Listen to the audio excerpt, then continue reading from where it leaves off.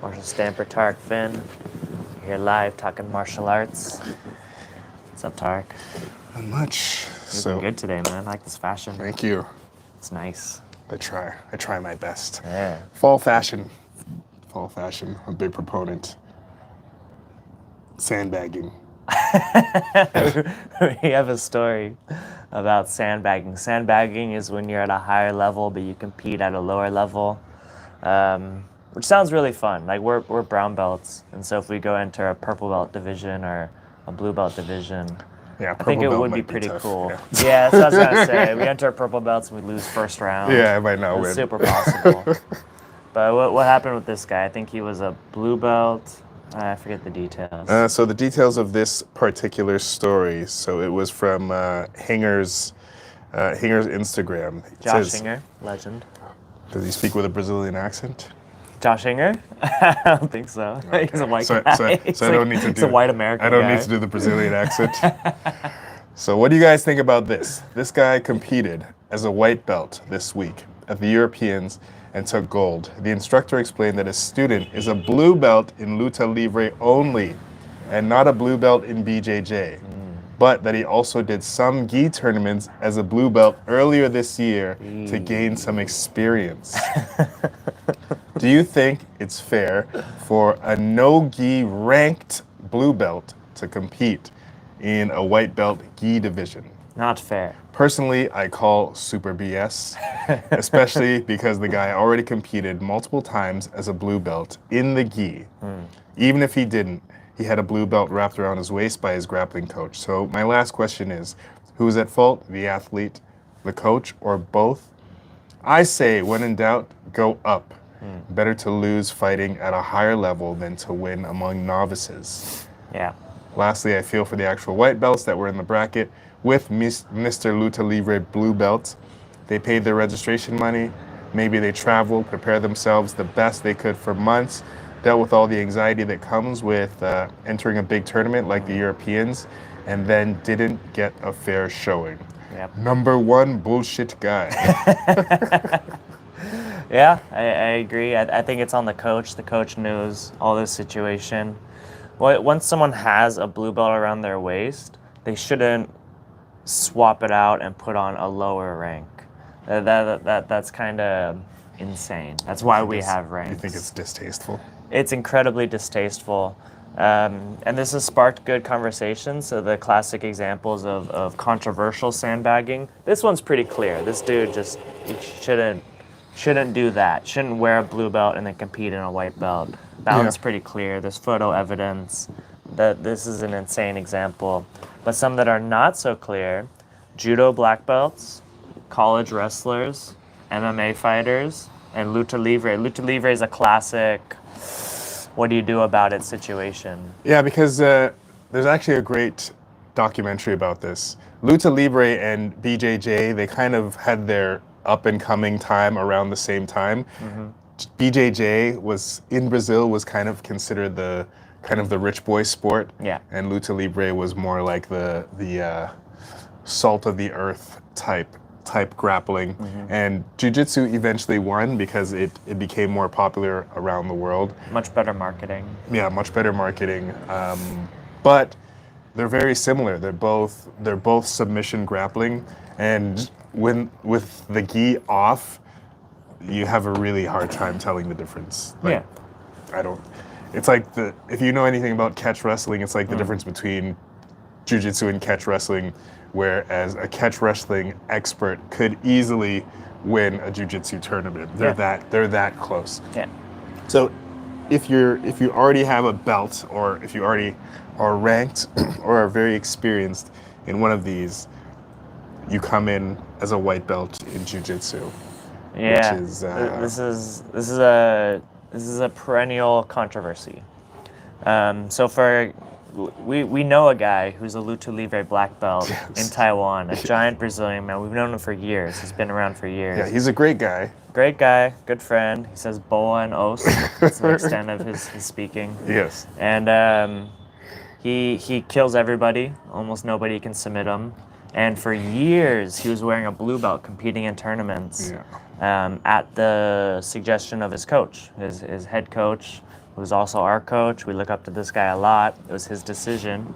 Blue belt. Now he's wearing a purple belt, which is like closer to appropriate, but even closer, then, but like, it's still not. It's still not what he he kills what he everybody, is. and Yeah. almost nobody can do anything to him. Yeah, it's still not what he is. But Yeah, it's still not in the correct. coach's, to play devil's advocate, in the coach's defense, the coach has in his mind what he feels his belt ranking system is. So I'm guessing you have to do a certain amount of time at each level. You have to kind of put in your work, put in your stripes at each level, where you can't just come in directly and I can't just give you a black belt just because you are as good as a black belt. Just because you kill black belts. Because you haven't. But I've seen this many times with judo black belts coming into white belt. Like I've competed as a white belt with judo black belts, and I just get thrown, like getting thrown all over the place, thinking, "Wow, this is odd. I wasn't expecting. I wasn't expecting this." So yeah, so judo black belt, in some senses, is supposed to be an automatic jiu-jitsu blue belt, just because of the insane stand-up discrepancy. yeah, But I was reading this on Reddit. They're talking about it. A judo black belt's not that hard to get. Some schools it's 1 year or 2 years you get a black belt. It's kind of like a jiu-jitsu blue belt. yeah, And so if you're like you've been training judo 1 year, that's not really a jiu-jitsu blue belt. But you get someone who's been training judo 10 years and they're incredible. They have 3 stripes on their black belt. Then they put on a jiu-jitsu white belt and just destroy everybody. And it's really tricky to see where that line is. And really, I think it comes down to the coach. You know, only the coach can know. So if you're some wandering the earth judo killer, just signing up at tournaments and nobody knows, what are you gonna do? Yeah, you are technically a white belt. Yes. We have a friend that is a judo black belt, and he said that it also depends where you are. Like if you are say for example in Asia, maybe it's not the same as in Europe, where I guess from my understanding what he was saying, in Europe it's more competition based, where I guess it's a little bit harder to get the judo black belt. But we have some judo black belts that we roll with here that are hardcore, especially Incredible. on the feet. On the feet, when you get to the ground, because not all judo practices as much of the ground nawaza. Like that's not universal. It's not as universal as the throwing. So a judo black belt's gonna have good throws. They might not all have amazing nawaza or ground game. Yeah, but some experience, They will some have competence. some. Yeah, they will always have some. In a judo match, I believe if it goes to the ground, you have 20 or 30 seconds, depending on the rules. And so when I was training judo, I went to this judo hall in Taipei for a couple months, just because this very, very spicy judo black belt girl was inviting me. It was a very fun time. And when they would do ground submissions, it was incredibly violent triangles and collar chokes and arm bars that were just very fast. And so if you could last, those 20 seconds, they're gassed or they're out of moves. And so it's an interesting dynamic putting them in a jiu-jitsu situation where you have 5 minutes on the ground, not 20 seconds. Yeah, and that's where cardio comes in. Jiu-jitsu is good for that, cardio on the ground. Maybe not quite as good as like wrestling cardio. Oh, of course. Yeah, that's a different thing. But maybe a little bit better than judo cardio on the ground, because cardio matters in what you're doing. If you're a good wrestler, you might not have the cardio for swimming. So yeah, so the whole sandbagging goes both ways. There's also the opposite of getting promoted too early, which it hurts for the guy that gets promoted. Yeah. So the sandbagging idea, I think it's partly coach's ego. Like coach does not want to promote somebody to purple belt, brown belt, black belt, and then my black belt is getting submitted by blue belts that come to visit. Yeah. Like you don't want that either. but there should be a happy medium. But there's no system. There's no system. There's no criteria. So it's kind of it's completely up to you. It's completely up to the coach. And as a whole, the whole community has agreed that this is completely up to the coach. And I think overall it works pretty well. Like most people are not sandbagging. Surprisingly, it actually works pretty well. Like most blue belt tournaments, people are in the right. I think once you get to blue belt, I think white belt is Wild West. With white belt, you have no idea what that person is coming into. That could be you've been training 2 months or you've been wrestling 15 years. Yeah. White belt is difficult because it's so wild and open. It's anybody that comes into that gym is a white belt. So I could have been a football player. I could have just. I just retired from the NFL and now I'm a white belt. And then you are an accountant that's just trying to get some exercise, and you guys are both in the same. You guys both want to compete. Yeah, yeah. You're the fat accountant, and this. Don't point at me. You're the fat accountant. Very fat, very and accountant. the retired NFL player that benches 3 plates. Oh, congrats. You guys are both entering in the same division. So that is sandbagging as well, but it's not as egregious as somebody that already has a blue belt and goes down to white belt. Yeah, once there's a photo of you in a jiu-jitsu blue belt, you cannot compete at a jiu-jitsu white belt. Yes, even in a Halloween costume. Don't do it. Yeah. We had this little came up this weekend at Dumao. There's a gym that has, I keep hearing that they're Black Ops Special Forces guys.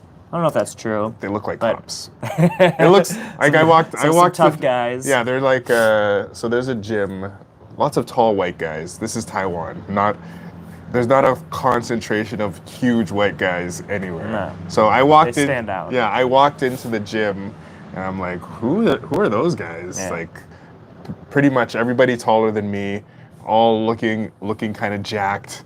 And so I asked. In the white belt division. Yeah, in the white belt division. So another friend that's a coach, he complained to that coach saying, "This is some sandbagging going on.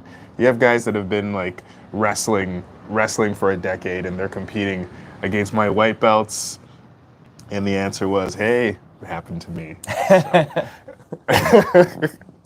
Yeah, and there's no one else to complain to. There's not a governing body you write a letter to. There's not like, there's no fines, there's no penalties. It's just kind of, once people get upset, start a conversation. Social pressure. There might be social pressure. Yeah. So, but I will commend jiu-jitsu for this, that as much as you hear like, I guess, dirty one-offs, generally it's good. It's kind of like how everybody drives on the road and very few people just decide to turn into oncoming traffic. Even though there's nothing stopping you. There's nothing stopping me from just driving my car into traffic or onto the sidewalk, but everybody just drives straight. Yeah. And like you could depend on it. Yeah, the fact that this is a story, that this one time is like a huge story, means that it's pretty rare. Yes. So congratulations, but shame on this coach. Yeah. Shame on this coach. If the fighter, as an adult, shame on you too.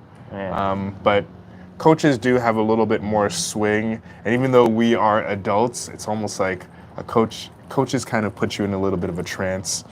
Martial arts coaches, they have some kind of magical power. Oh yeah. Where it's weird.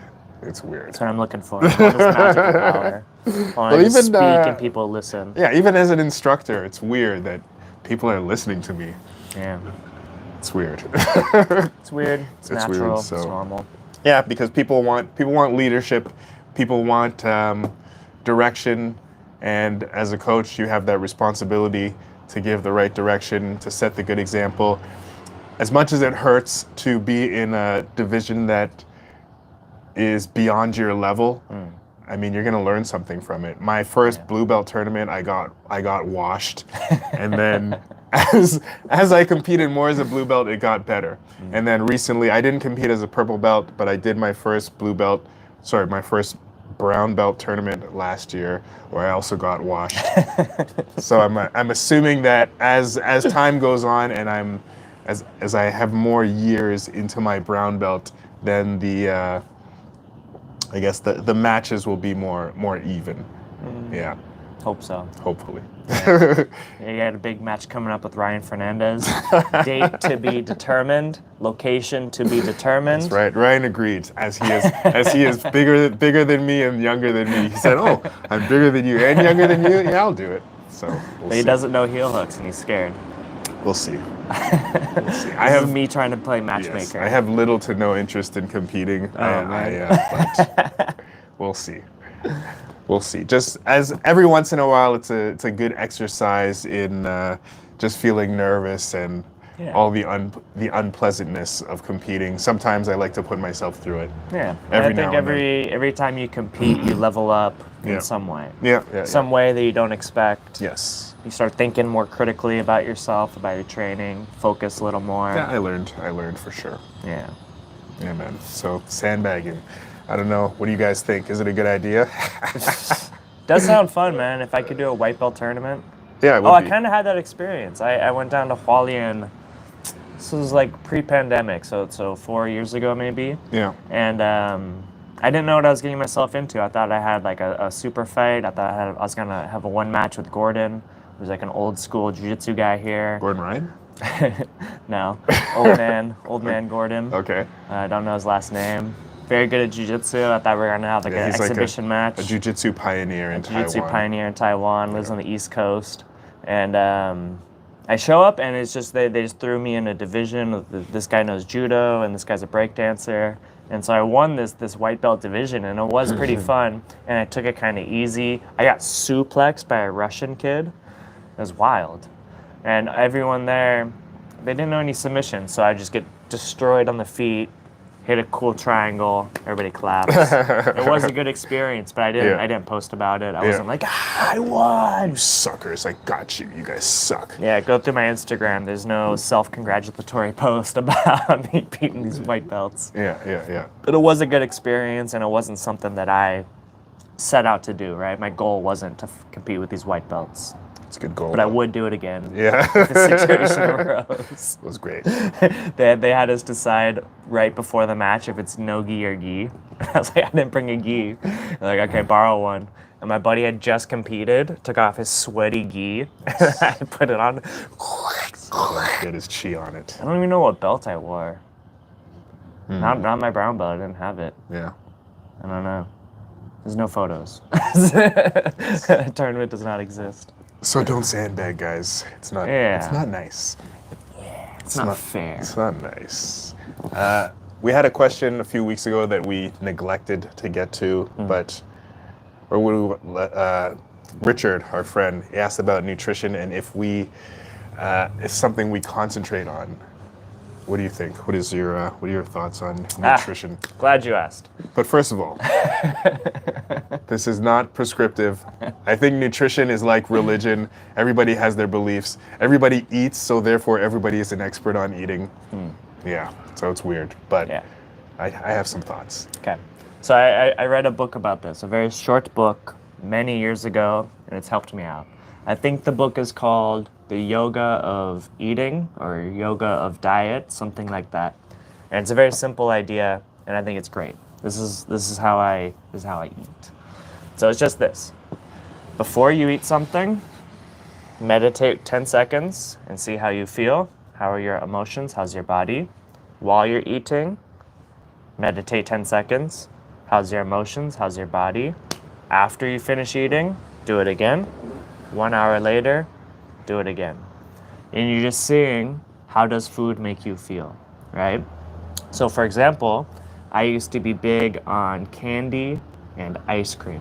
Loved it. Grew up on it my whole life. I read this book and I start like, okay, before I eat, super anxiety. Start eating the ice cream, super euphoria. After, terrible. Hour later, depression. Okay, notice. Just logging data like this, and then over time, just kind of, okay, that's not for me. Now, my diet mostly Greek-style yogurt with fruit and creatine. Before I eat, so excited. Eating, euphoric. After, fulfilled. Hour later, calm and focus. Nice. Improvement. At nighttime, I tend to eat air-fried steak and vegetables. Before I eat, so excited. Eating, so delicious. After, can do anything. Hour later, great. Like that. Do you take vitamins? I started taking some vitamins. Yeah, I take a couple pills at work. It's funny, in front of the kids. I tell the kids I'm eating the moon, and then I drink it and eat it, and I can't feel anything, but... Can't feel your face? I feel nothing. I don't feel great improvement, but it feels like a little, I'm on the right track. And so the specifics of nutrition is an endless battle, right? My Instagram is all just people arguing, oh, only eat meat, oh, never eat meat, oh, you don't have this, oh, you're gonna die, oh, you're not optimizing. Sure, I assume they're all correct. I don't really know. But if you're learning your own body, then you can kind of, in your own way, intuit what's appropriate. And as athletes, the general advice, low sugar, high fat and protein. Take that in any direction you like. Notice how do you feel, and your body will tell you. That's the idea. And it's helped me a lot. Are you, have you ever been fat? No, I've never been fat. Okay. I don't know why.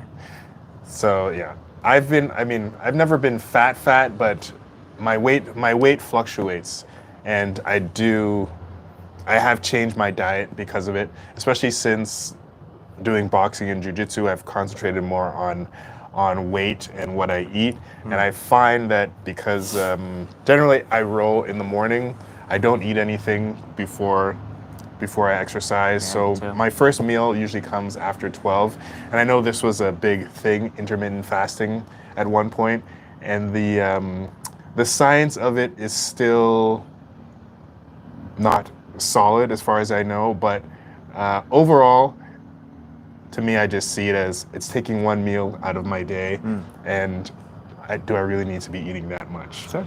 And generally, You feel good? Yeah, generally speaking, from what I've read, any organism that eats less lives longer. So eating less, living longer, I'm all about that. I'm trying my best not to die. That's my number one goal. Yeah, I don't want you to die, man. I need number you. one goal is to not die. Yeah, as far as the protein, carbohydrate, fat thing, I try to go light on the carbohydrates because yes, I can gain weight, and so I lower my carbohydrates. I don't eat a lot of rice. I don't eat much bread, things like that. I do work out quite a bit. It's kind of tricky. This is a very bread, rice, noodle. It is very bread, rice, noodle place. So it ends with me having a few places that I go all the time. Luckily, I get meals cooked for me at home. That sounds nice. And it's catered to my... I do eat a lot of fruit. Some people are not keen on a lot of fruit. I love fruit. I do eat a lot of fruit. Yeah. I just figure that... It feels great, right? Yeah, it feels good. Anything that comes whole food. I hate this word, but it's kind of like... yeah, there's certain words that just bother me, like core. I'm training my core. I don't know why core bothers me. Why? I hate it. It's pretty reasonable. I hate the word core. Okay. But whole foods, real foods. Yeah. I try. As opposed to processed foods. As opposed to processed foods. Yeah. Processed foods are, from my understanding, are very easily absorbed into your system because they contain less fiber. I've actually recently I'm trying to up my fiber intake. How do you do that? Just eating more vegetables. Oh. Even things like tea and Tea, coffee, any vegetation is good for your flora. plant-based water. All that. All that. Yeah. Drink tea, kids. Yeah, I would say just generally eating less. It's hard though because for some people it's hard to control, and the fact that we do have to control it, I'm gonna get on my high horse a bit here. Let's do it. There's like, and I don't know who to point the fingers at, but just food industry in general, processed food in general, is kind of done us in, because like say 50 years ago, my grandparents and great grandparents, they didn't have to worry about nutrition and exercise, but they were just slim because that was the food that was available to them. Yeah. When they ate, they felt full. They didn't have this like need to keep going. And we have the same genetics going down for the past 50 years, but now everybody's getting fat. So it is not everybody's fault. I don't think that it's everybody's fault that we are all getting fatter, but it is your responsibility. Yeah. So not your fault, just like if, I don't know, let's say we have these lanterns that float around here, the good luck lanterns, you know, send it in the air. Apparently they cause a lot of house fires. I can see that. So you make a wish, you send your lantern in the house air. burns down. Yes, it actually burns down houses. So after the lantern festival, crazy, there are always fires. Always? Yes, Oh, or no. often. There are often fires. No. So your lantern that you're setting Like off. such a beautiful moment. Yes. My family, prosperity for my family, and that burns down somebody else's house. Now that guy whose house gets burned down, definitely not his fault, but it is his responsibility. So with this food thing, we have these food deserts, and we have lots of problems with food and picking the right things. Stay on the outside of the grocery store as much as possible, but the problem is those things perish, they cost more, they don't last as long as things in boxes. If you don't have a lot of money, it's harder to eat this way. It's still possible, but so like I said, there's like a wider problem going on where, you know, even in like less developed countries, as supermarkets and fast food is coming in, people are just getting fatter. Our genetics aren't changing, but the food is changing, and we have to be more aware. Not your fault, but it is your responsibility. And how do you develop awareness? Check in before you eat, while you eat, after you eat, and after you eat, and see what it's doing to you. That's it. Step on the scale every day. Oh yeah? Every day. Because the scale is honest. I don't have a scale. Well, you don't have to worry. The scale is honest. The mirror is not honest. The reason why the mirror is not honest is you can pose yourself in the mirror to look better. Pictures are honest. If you see a picture of yourself and you say, "Oh wow, I look like shit in this picture," that's what you really look like. There's no such thing as a bad picture. That's what you look like. So, that's actually what you look like. Pictures are honest. The scale is honest. When we're talking about nutrition, we're speaking specifically right now about weight, because weight is the biggest problem that people face with nutrition. Okay. If you have a scale, and if you can actually bring yourself to step on that scale once a day or once a week, like remind yourself, because it's easy to neglect, then especially if it feels bad. you will go in the right direction. You're not going to keep getting bigger and bigger every day and just be like, oh, whoa. Like this number in your mind is going to make you say, maybe I shouldn't eat this today, or maybe let me walk a little bit further today. So just a little step, like I said, not your fault, but you have to deal with it. It is your responsibility. It's an uphill battle. It's completely your responsibility. We had another question. Actually, also one more thing. Strength and nutrition. This is like super. People have like all kinds of arguments about this, of what you should be eating. Should you be taking creatine? Should you be taking protein? Should you be just concentrating only on diet? There's a huge genetic component to strength. So this is a much harder one that I can't really take this one on. I would say in my experience, but I've only lived in this body, so it's kind of useless. In my experience, I try to eat quite a bit of protein. I also eat fruit. I like vegetables. I don't love vegetables, so they have to be put in front of me. If they're put in front of me, I'll eat them. But I do love fruit, and I do try to eat quite a bit of protein. I try to reduce my fat, and I lift weights, and I do jiu-jitsu, Nice. which help a lot in as far as to regulate my strength and weight. I take vitamins, but I get no feeling from the vitamins. Yeah, it's hard So to I tell. don't know if, like, there's not even, I don't even get like If you can feel a vitamin, that means there was a huge problem. I don't know. Whoa! Some people, I have some friends that tell me that when they're taking certain vitamins, they feel it and they feel different. Yeah, that's a problem. I don't feel anything. So everybody's different. I've only lived in this body, so I can't really comment. There are some people that are much more sensitive to things. Like I had one teacher at my school, anytime the school was cleaned with bleach, he would be like, "Is there?" And he would start to feel a little bit sick. Like he was really? super sensitive to two teachers, very sensitive to like the smells, things like that. Like you are more sensitive to like certain sounds than I am. Construction noise. Yeah. So everybody's Neighbor's different. washing machine. Oh my god. Yeah, I don't mind those things. I don't like the sound of fans though. What? Like the woo, like I don't like the constant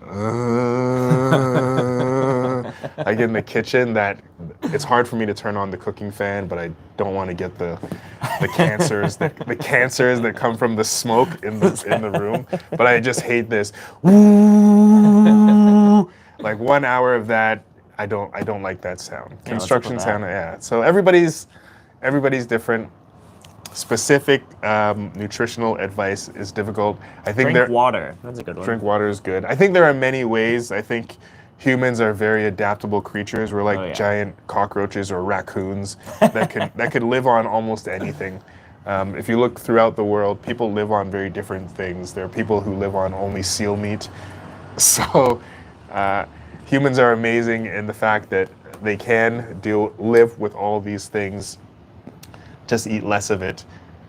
Yeah. Cut down on your sugar. See how you feel. That's my main. Yeah. Less sugar. Yeah. Less sugar is nice. And in the end, do what you want. Yeah. But remember, don't get too fat. Try not to die. Okay? We done? We're done with nutrition? I think we're done with nutrition. I'm not a nutritionologist. So I don't really trust anyone who's a nutritionist. Yeah. It's such like a controversial field. It changes all the time. To say is like... It's brave. It's brave. Yeah. Because you know that what you're teaching is going to change often. So I think if you are a nutritionist and you're not super dogmatic and you're constantly changing and updating your ideas, that's fine. Yeah. Because people do need nutritionists. Because there are people, I've been to friends' houses where I open their cupboard and I think, this is not good. Like what? Yeah, like friends that like, yeah, bags of chips? Cookies, chips, things like that. Yeah. And I don't want to be the snob. It's like, you eat this stuff? But, they have kids and I could already see, I see the obesity creeping in. I think many people have a propensity to getting fat. You just have to be in the right food environment. So it's not easy. Yeah. If you work in an office, you're sitting down and you go home and eat chips and cookies, drink lots of beer. Yeah.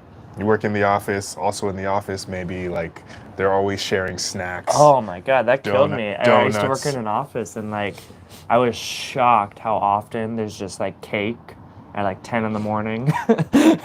Cake, bagels, donuts. Yeah.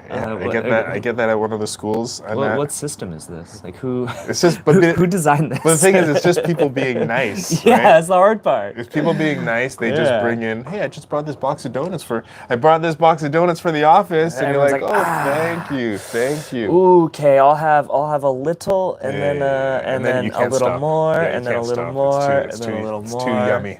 That's the problem with those things too, the yumminess factor. Yeah, they're great. It's too yummy. Fantastic. I worked in film, and so we have what's called the craft truck, which is just a truck that keeps your food. And So cool. M&Ms, donuts, cookies, Yeah. one bowl of fruit, Oh my God. crackers, bread, so good. So hot good. chocolate, juice, and that's the food for the crew. And because you're sitting around most of the day not doing anything, you're waiting to be called or you're waiting for some kind of emergency or a change of scene. You just sit there and you're just bored, so you just start. Yeah. Let me just take a handful of M&Ms, which is gross, by the way, like a bowl of M&Ms. Everyone's touching them. Yeah, that was my problem. That was my problem with it, the grossness. But I probably would have eaten it if they had individual bags. Maybe I would have eaten it. But yeah, just you get bored and you just start snacking and you eat because you're bored because of this abundance, and that's a very hard habit to break. Like, I think almost nobody has the discipline to avoid that. Yeah. It's just don't be around it is the only hope. Yeah. So in my house, like, it's real tricky because sometimes I get hungry late at night. Last night I was hungry, but like I don't keep snacks around because I know if there's a bag of cookies, I'm eating the whole bag. Yeah. It's just how it goes. I can't just have some ice cream in the freezer. That's me too. You know? And I think that's anybody being honest with themselves. Can't just have a bottle of wine for later. Yeah. And drink it. Yeah. I don't know. My wife's pretty good at it. She'll snack on certain things and put it away, and she doesn't understand why. That's incredible. Like she'll buy this giant. That's incredible. This is like my weakness. It's sweet and salty popcorn from Costco, a giant bag. I'll finish this bag in 2 days, and I'll feel horrible the whole time, and I'll say, stop buying it, stop buying it. But she's like, why don't you just control yourself? Look at me. That's incredible. And that's it. She's incredible. But yeah, I can't have it. I can't have it there, but in her mind is everybody's like me. Why can't we just take a few samples and leave it and let this bag last a year? No, I don't. I wish. I don't even want it there for the year. I will tell myself I need to finish this in 2 days. Get it out of here. Yeah, I need to get it out of here through my stomach. Yeah. So that's our nutrition. Let's Clip it. Yeah. For experts. That's my PhD thesis right there. Neil Magny. Shout out Neil Magny. Man. Shout out to Neil Magny. Over the past week, so there was UFC 297, Strickland versus Duplessis. Pretty weak card, pretty uneventful. Besides the main event, which was awesome, controversial. The main event was awesome. And Neil Magny. Yeah, Neil Magny went up against Mike Malott. By the way, I think Canada went 8-1. I think one woman won. One of the Canadian women. So this event took place in Toronto. Yeah, the opposite. They lost. The opposite. Sorry, the opposite. Not the good one, the bad one. Yeah. They did not. I think there was one woman, but all of the men, of all 7 men that competed on last week, they all lost. Yeah. Canada. The UFC, when they're in a country, they try to stack it with local talent. Yeah. And sometimes it works out great. Yeah, you know? the Canadians got beat up. The last Canadian to get beat up, which was a shoo-in to win, Mike Malott versus Neil Magny. Now Neil Magny, 36, not an old man by any means, but in MMA, that's an old man. Yeah, he's been around a long time. Yeah. I think the stat was he spent more than 6.5 hours in the octagon, which is crazy. Like, how many fights is that? Yeah. Like, he's 22 victories. So I'm just guessing that's 30 fights. At least. Yeah. I don't know how many years we've been watching this guy. I don't remember a time before Neil Magny. And there was a time before he got into the UFC. So he has a lot of miles. Yeah. Fantastic. One of everybody's favorite fighter is Neil Magny. Yeah, we did Always great. a piece on him. I think last year he finished with an amazing what is this thing? A Darce choke. Awesome setup for a Darce choke. But he's up and down. Like, he might win and lose. Yeah. They send in an up and coming lion, Mike Malott. Mike Malott has finished all of his opponents up until this fight. I think like 12 in a row. He looked great. He looked great, beating up Neil Magny. Neil Magny likes to clinch. That's Neil Magny's strength, the clinch and the knees and the clinch. But Mike Malott was even dominating him in the clinch. Yeah. 4 rounds, actually 5 rounds of Magny kind of just getting worked. It'd be 2.5 rounds. They're not champions. Oh, sorry. They're not champions. It's not championship. 2.5 rounds. Yeah, Magny's they call him a gatekeeper. Yes. If you think you're a real fighter, go fight Neil Magny. Then maybe later you can get a title shot. Yeah. So Mike Malott, up and coming great. He looks fantastic. 2.5 rounds destroying Neil Magny. And then what happens? Then what happens is they get into a grappling exchange where Mike Malott gets on top. Magny sweeps him, gets on top, passes his guard, mounts him. Yeah. But at this point, Malott is gassed, Yeah. and Magny just starts And time's running out. raining punches on him. The fight stops. 19 seconds left in the fight. Magny wins. This was like one of the few moments where I was just like, I'm in the house because, you know, everybody's doing their own thing in the house. I'm watching it on my laptop, and I'm just yelling at the screen like, no, really? Oh, yes, nice. Yeah, I felt so happy for Magny in this moment. Yeah. So yeah, Incredible. shout out to Neil Magny. Yeah. And even as he's dominating, landing punches, if Mike Malott can just shell up or escape or do something, just last 20 seconds, he just has he to wins the decision. Just like 100%. Granby roll, turtle and roll, but he he's- couldn't. He was just dead. He had no energy left. Magny, the cardio machine. Cardio. Really, shout out cardio. Yeah, shout out to 'Cause cardio. that's incredible, man. 15 minutes into a fight and just dominating. Yeah, I was listening to Incredible. Firas Zahabi yesterday, and this just happened to come up because somebody asked, "Can cardio win a match in Absolutely. the UFC?" And Yeah. he brought up It's the definitely a tool. he brought up the example of Tito Ortiz versus Frank Shamrock, and how the same thing, Old kind of the school. same example of Tito Ortiz, who was running through the division. He was actually bigger than Frank Shamrock, and he worked Shamrock, and then at the end, Shamrock he outlasted him, and he was able to weather the storm, and his cardio was better. And Frank Shamrock is famous for just concentrating on cardio and using cardio to win matches, which is a much more common technique now. You have the Diaz brothers. Oh, they were yeah. cardio machines. Yeah. Even Neil Magny is also known for his cardio. Yeah. So to go into Trains in Colorado at altitude, Yeah. which is like a hack for getting great cardio. going into a match with Magny and not having your cardio in check is a no-no unless Yeah. you expect to finish him quickly, which is not likely. One day to I happen. hope to know what it's like to compete with cardio. I've never had that experience. Gas 10 seconds into every match. Sounds nice. Yeah. Sounds great. Yeah. Cardio. It's also similar to the Homer Simpson strategy when he was a boxer. He stands there and takes punches until the guy gasses, and then Homer throws one punch and wins. Yeah, that was Muhammad cool. Ali. Muhammad Ali versus George Foreman. Yeah. That was his rope-a-dope strategy, is to let George Foreman tire himself out by punching him, which is which is a crazy, Very bold strategy. very crazy strategy. And it worked. Yeah, George Foreman was the boogeyman back then. But yeah, man. Let's see. We also have.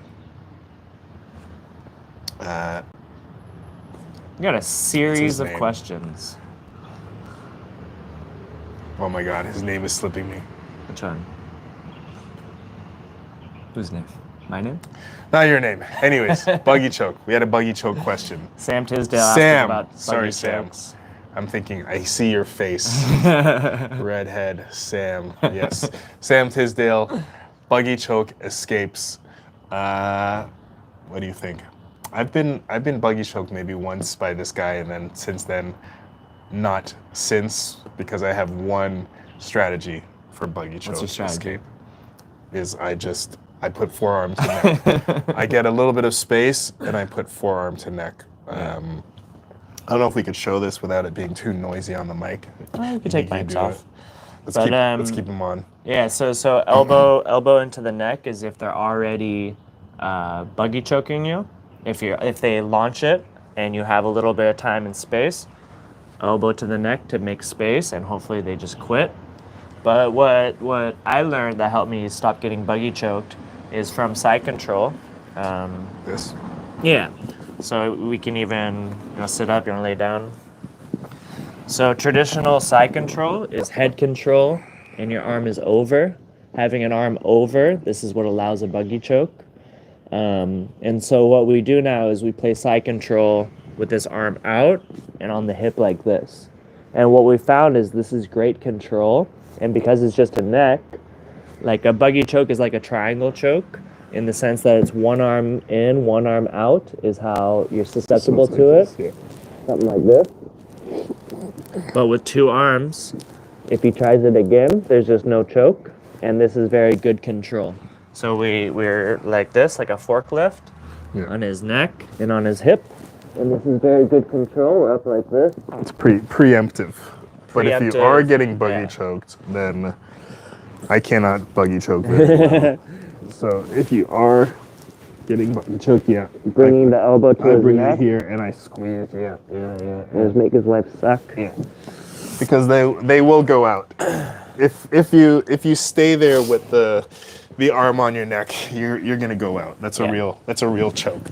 But there's nothing holding the choke in place other than you holding the buggy choke. Yeah. So for you to escape that choke, you have to let that go. It's kind of a classic, like, ask a jiu-jitsu teacher, hey, how do you escape this submission? Don't get caught. And so that's what I think about it. Like, just don't get in it, is keep your arms out. Yeah. And this is good control. You're not sacrificing anything. It might even be better control. But once you're in, it's elbow to the throat and sit up. Yeah. Elbow And to hope, the throat. pray. Yeah. Last thing we talk about, we got a series of questions from my boy Sasha talking about opening a gym in Taiwan, and he's just trying to suss out, is it profitable? Is it an option? Why aren't we doing it already? And this is something that we think about a lot. The exact profitability, I haven't seen anybody's balance sheets, but is definitely potential.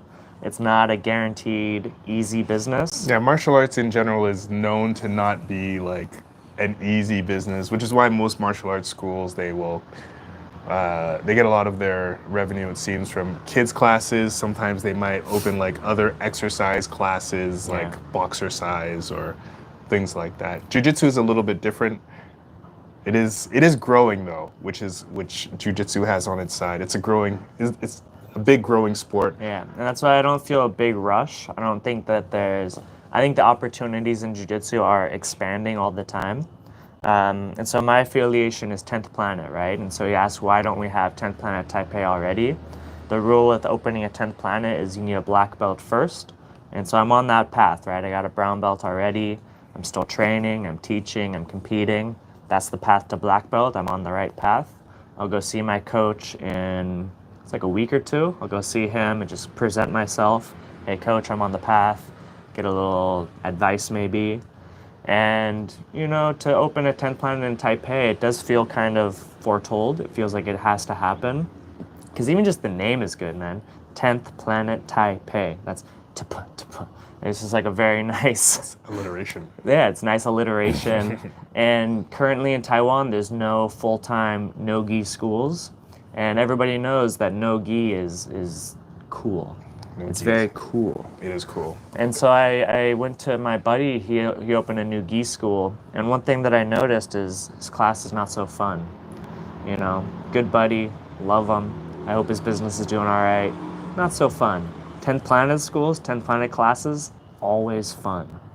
And so there's big opportunity for us. I think in the future it's a guarantee, but it's not like a promised land, easy life, right? It's not open a gym and then, it's so easy. And then you sit back and take in the profits. It's not like that at all. It's like open a gym and like get to work. Yeah. I'm not such a workhorse. I like to sit back and take days off and just do nothing and drink tea and read books that are very unrelated to my life. So it is in the future, it is in the plans, it is in the works, but I'm in no rush. I need Tarek to help me a lot because he is an actual hardworking guy. He can actually do some things in the world. And, I don't want to rely on anyone too much. I don't want to tell him, hey, go do it, and then I just do nothing. It has to be reasonable, right? And so we talk about it sometimes. We bring it up sometimes. It's in the works, and we're in no rush. Most people who teach jiu-jitsu, they need a second job. I don't really want to have 2 jobs, 2, 3, 4 jobs. The dream would be you can just teach jiu-jitsu and some private lessons and maybe some other things. I got some other stuff in the works for later. Can talk about it when it's more real. It's in the future. We're working on it. And how profitable it can be, I'm not sure. It's hard to say. And it depends. Very hard to say. It depends. It depends. I think it depends on location. So right now, location, Taipei's kind of, it's gotten competitive with jiu-jitsu. There are a lot of jiu-jitsu schools that have popped up. Yeah. Gyms in general, like fitness in general, has taken off since I've been here. But Taipei also has a good-sized population. People are having less kids here, so that's not good as far as population and bringing more people in, but I think people are willing to spend more money on each child. So we're both teachers, and we both teach at private schools, what are called bushy bands here. I've noticed, because I'm a business partner in a school, I've noticed that class sizes are shrinking. So the original model of having a class of 20 kids, maybe it's not that. Maybe you have like a more boutique style of, a class of 10 kids and at a higher price. At a higher price, nicer furniture, more tech inside the class, things like that. That seems to be the direction that I've noticed. Yeah, and for a jiu-jitsu school, I like that idea more. Boutique, it's beautiful, feels nice inside. This was Elio Gracie's strategy. So I learned reading Hickson's book. Elio Gracie, his gym was like a country club. There's just these rich dudes. They got towels and lockers, and the gi's already there for them. And you go to class and you learn some cool stuff. But don't try too hard, my friend. Don't hurt yourself. It's okay. Relax. It's okay. Yeah. And then the other idea is Carlson Gracie's school, which is get your head and headbutt this dude and strangle him and like hard training. And so finding that balance in the real world, in today's world, it's interesting. It's an interesting problem to tackle, and we're working on it. I'm checking my dreams for information, and I'm talking to people who are doing this, and we're planting seeds. Yeah, I've heard of this, I've heard of that. I'm not sure if it was Carlson Gracie or which school it was in Hong Kong that did this. Same thing where they have their gi for you. Everything is, they do your laundry, very classy.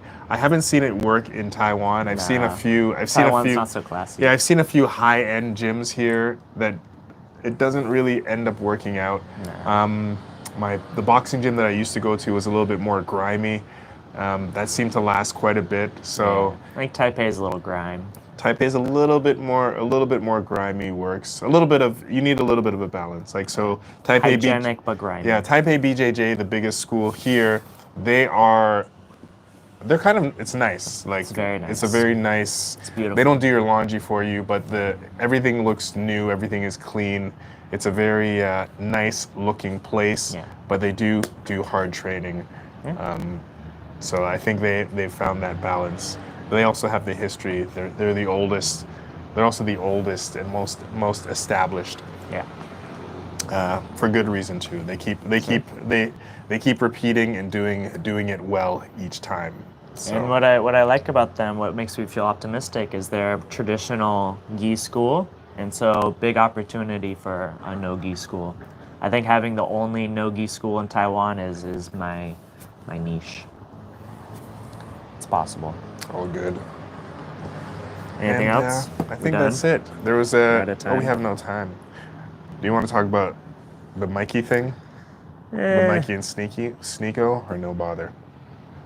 Last week, Mikey Musumeci called out Sneako, the YouTuber, because Sneako was making fun of him. And so some people, including Keenan Cornelius, said, even though Sneako was being naughty by by making fun of Mikey. He's just a YouTuber, and Mikey, you're being a little bit of a bully by calling by calling out just some YouTuber to fight when you are already a professional fighter. Yeah. Yeah. It's an overreaction. Definitely. Yes. Mikey said he doesn't like bullies, but some people may think that what Mikey was doing is bullying. Yeah. That's all I Just got. getting made fun of. Yeah. It's pretty funny. It was hilarious though.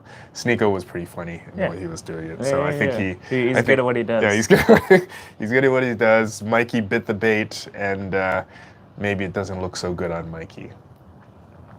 So, but Mikey's not a YouTuber. He's not known for making amazing content outside of his amazing submissions. Yeah. One of my favorite grapplers out there, possibly my favorite in the 1FC. I love that. I think that's probably my favorite grappling arena. I think I might like watching 1FC grappling more than the flow stuff. Sure. Yeah, it's always exciting. It's always cool. They have good rule sets. Yeah. Coming up, Rule Tolos are back in action soon. Forgot when. Gary Tonen's gonna be doing a match soon as well. Gary Tonen has a excuse me, MMA fight. Big one. Yeah. Yeah. Shout out 1FC. Yeah, 1FC's doing big Sponsor things. us. Yeah, why not? 1FC, I will say 1FC is always good because when we do our videos, we could take 1FC footage and they don't strike us. Oh really? No, they don't. You could take 1FC stuff. They just say go ahead. Yeah, Whereas, it's already on YouTube, right? Yeah. UFC controls it, but even like UFC, they'll put out clips on YouTube, but you'll get strikes for using UFC stuff. 1FC has been good for that. I can see they're really trying to grow their brand, grow their name, grow their fighters.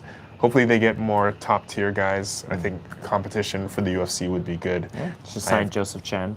Yeah. Did they? Great. No, They should. Yeah.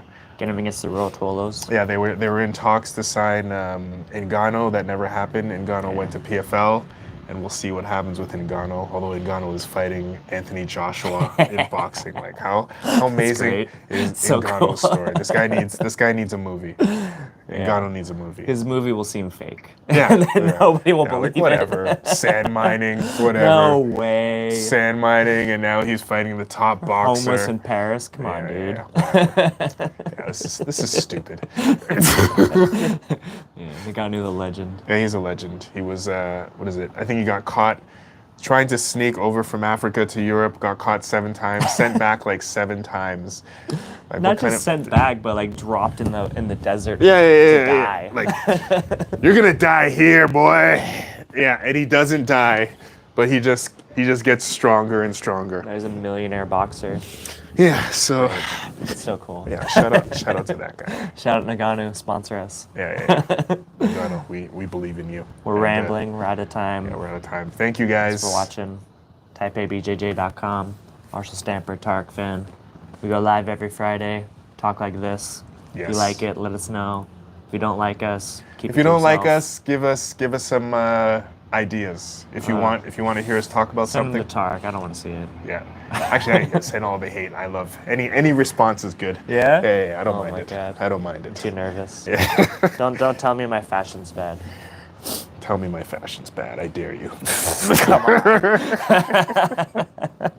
All right. Peace out. Goodbye. Thank you. Thank you. Drink tea, kids.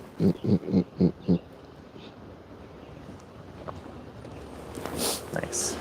Oh.